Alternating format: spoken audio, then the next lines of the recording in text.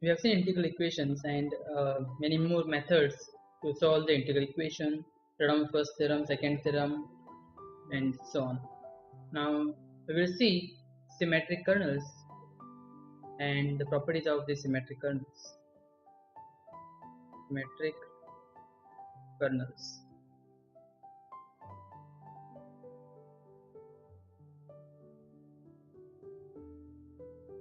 Right, what is that? A kernel is called symmetric kernel. These definitions we have already seen in the first lectures. A kernel is called symmetric kernel if it coincides with its own complex conjugate.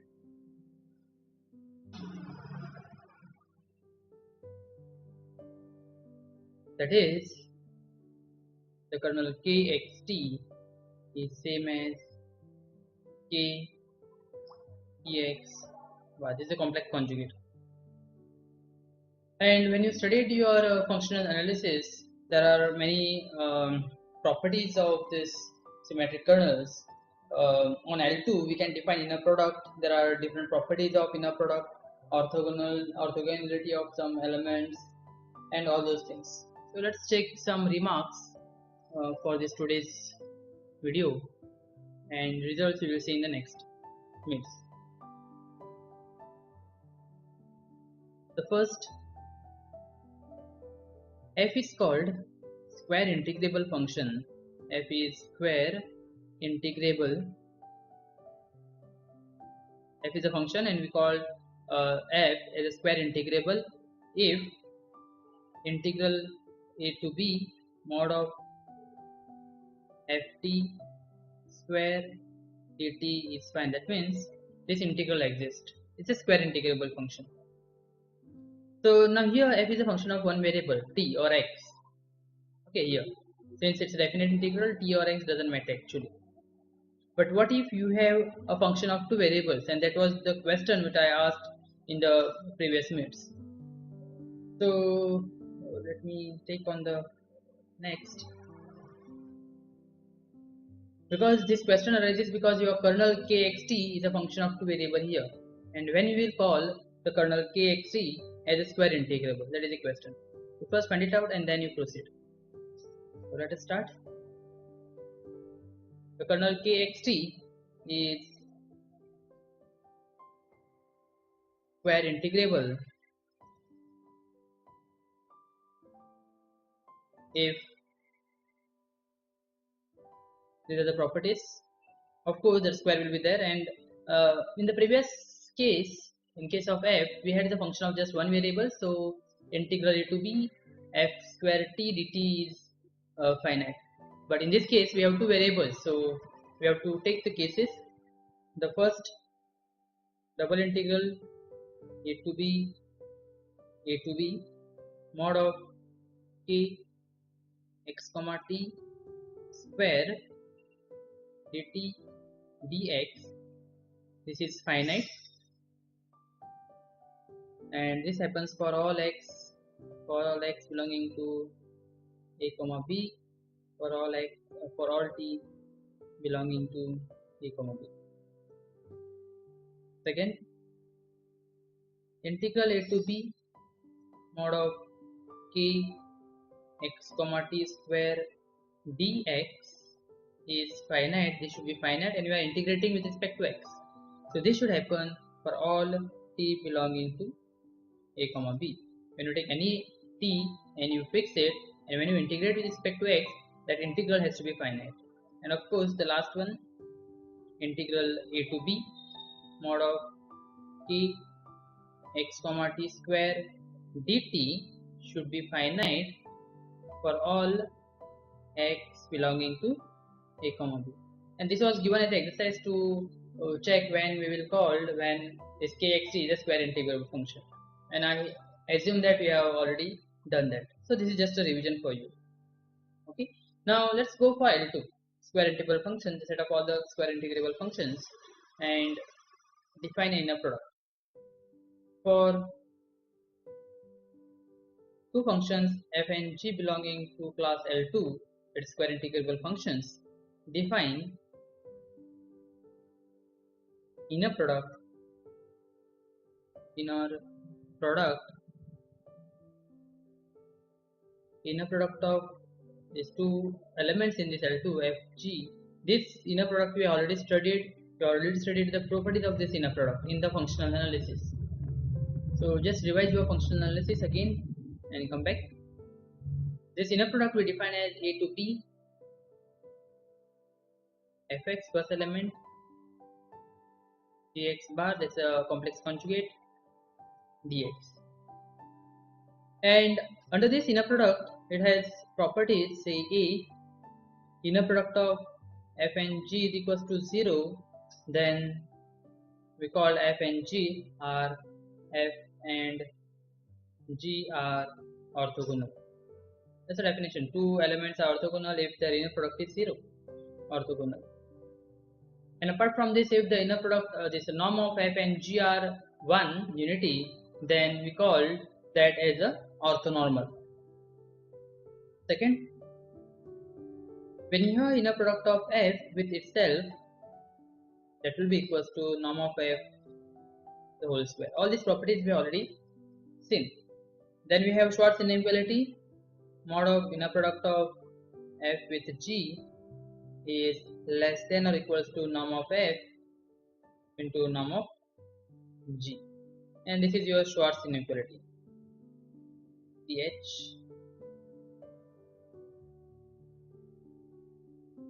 This is your Schwarz inequality. Again, you can check when the equality holds in this Schwarz inequality. Then we have Bessel's inequality. Bessel's single S. Bessel's inequality.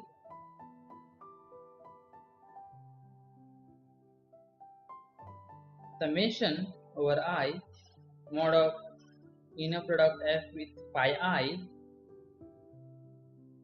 the whole square is less than or equals to norm of f the whole square, and this f is a L2 function.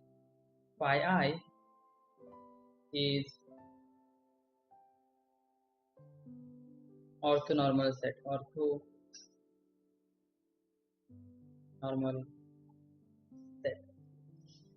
Okay. And then we define the operators.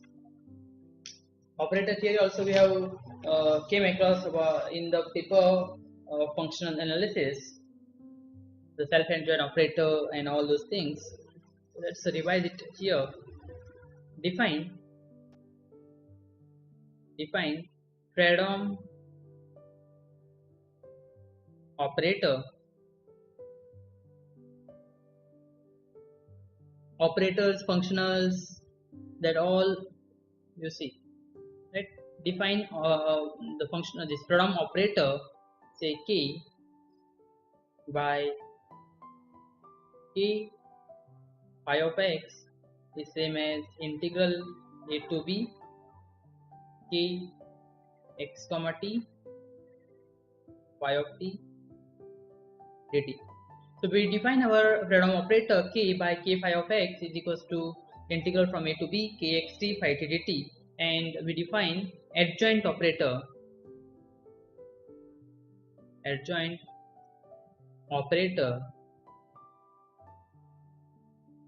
by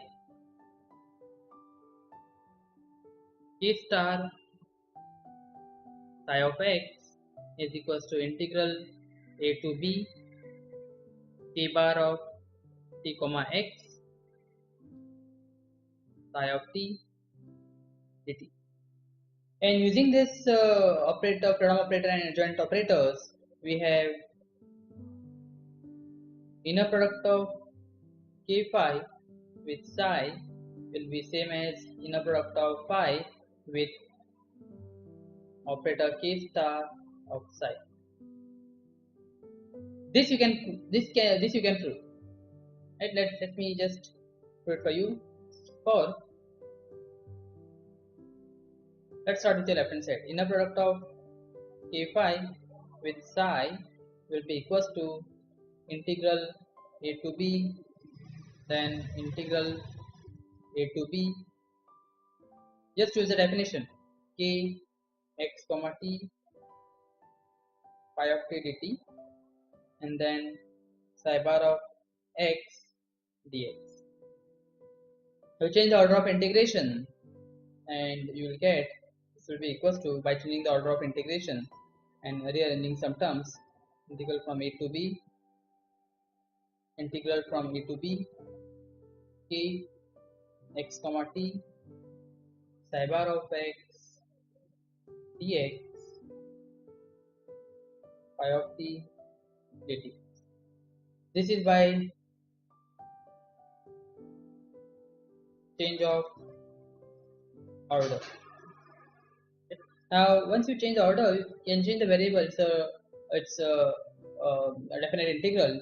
So by changing the variable, we'll have integral from a to b, integral from a to b, t dx psi bar of t dt phi of x dx. This is by changing variable. It's a dummy variable, right? And this is same as integral a to b, integral a to b k bar of dx psi of t dt phi of x dx, and this is nothing but inner product of phi with k bar psi, right? So this is very simple to prove. If it's when you define your operator and adjoint operator, we will get this. Now for symmetric kernel, for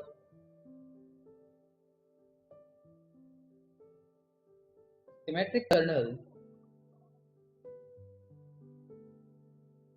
we have inner product of k phi with psi. If you have symmetric kernel, this will be equals to inner product of phi with k psi. This also we can easily prove. I will put that as an exercise. True. Okay. Now we have seen the iterated kernels. So if you take a symmetric kernel and if you take the iterated kernels, then the iterated kernels of a symmetric kernel are also symmetric. Let me put that here. All iterated kernels of a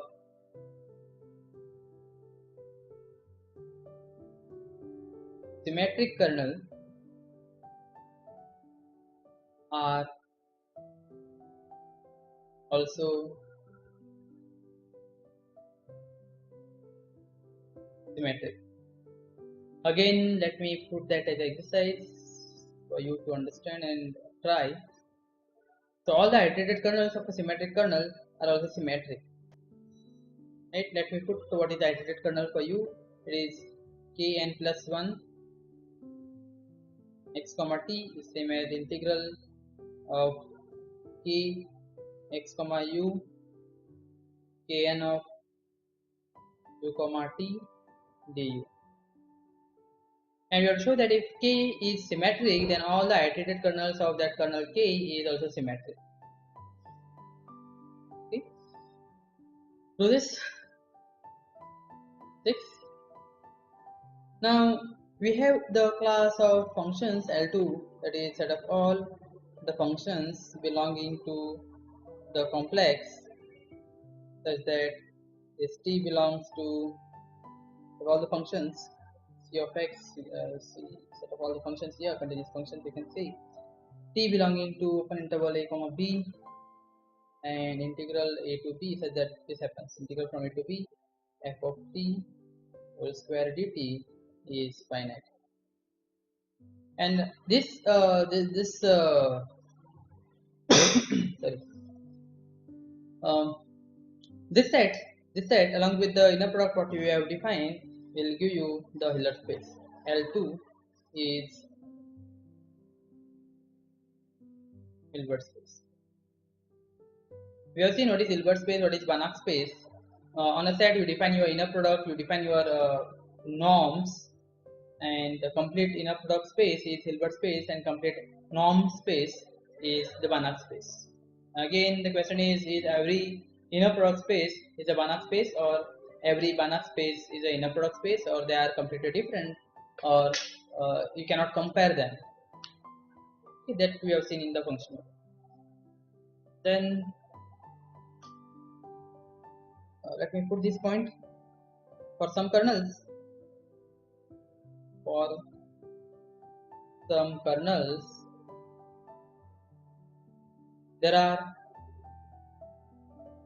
there are no eigenvalues. Examples we have seen, even some questions were asked for you to solve, right? So for there are some kernels for which there is no eigenvalue, but if we have a symmetric kernel, but for a symmetric kernel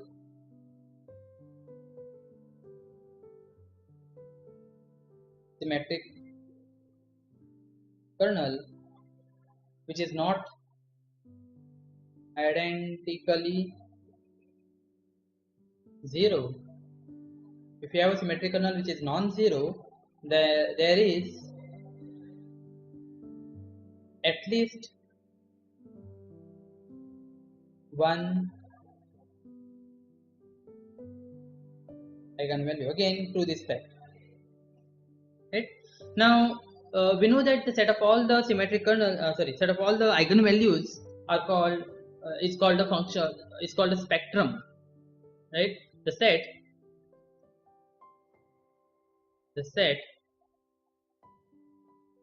of all eigenvalues of kernel K is called spectrum of the kernel. Spectrum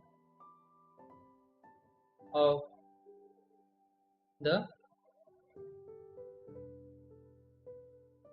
kernel, right? And here we have noted that if you have symmetric kernel not identically 0, then there is at least one eigenvalue, and the set of all the eigenvalues is called spectrum.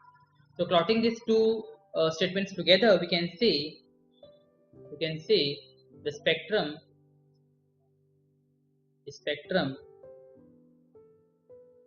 of the symmetric kernel of the symmetric kernel is non-empty. Of course, the kernel has to be non-zero, not identically 0, empty, non-empty. And there are many other properties of the symmetric kernels and some results from your functional. You revise those results. We will use those in the coming proofs, some results, and we will see race feature theorem as well.